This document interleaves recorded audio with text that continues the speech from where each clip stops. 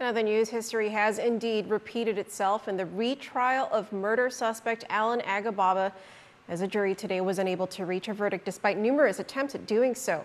PNC's Jolene Tovas reports that after being sent back twice to deliberate, Judge Michael Bordallo finally discharged the hung jury.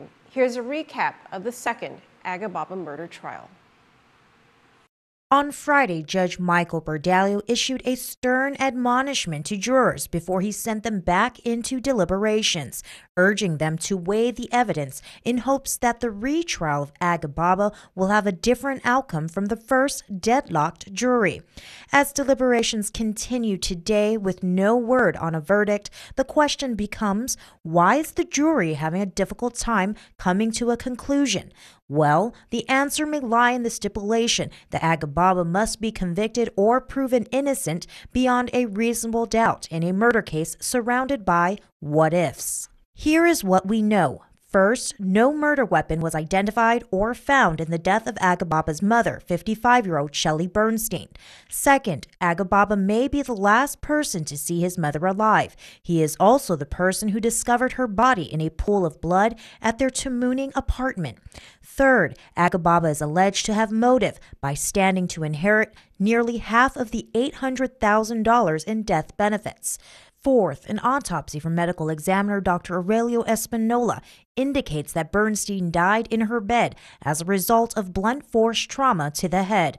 However, testimony from expert witness forensic pathologist Dr. Joseph Cohen disputes the medical examiner's report in part, not only calling the autopsy, quote, a poor workup, end quote, but also stating that Bernstein's death was the result of fentanyl and opiate drug overdose, combined with a non-lethal wound to her head. Then there is the new information, a supplemental report on the effects of fentanyl, which Dr. Espinola added to the autopsy report in January of this year. This report focused on the side effects of fentanyl, which include depressed breathing and cessation of the heart if combined with benzodiazepine, which was also present in Bernstein's toxicology report. Meanwhile, Cohen further theorized that she could have hit her head and ambulated to her bed where she died from the overdose. And of course, there was testimony that the blood smears and possible bone fragments were never tested. Then there is the conflicting testimonies of authorities. While the first responders indicated that there was no sign of forced entry, crime scene detectives stated that pry marks were found on the metal plate of the front door. As you may recall, Agababa alleges that his home was broken into and 2 laptops along with his passport were stolen.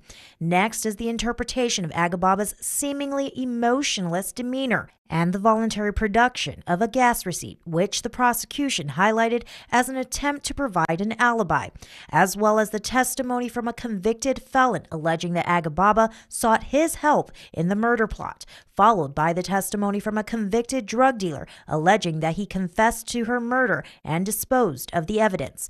What this all boils down to is whether or not Agababa is a victim of circumstance or if he plotted and carried out his mother's murder. Reporting for PNC News, I'm Jolene Tovas. According to defense counsel Curtis Vandeveld, on the aggravated murder charge, the jury was divided with 11 voting not guilty and only 1 voting guilty. As to the charge of murder, the jury voted 5 not guilty with 7 voting guilty. The next hearing is set for October 12th at 2 p.m. Judge Bordallo denied the defense's request to release Agababa pending trial.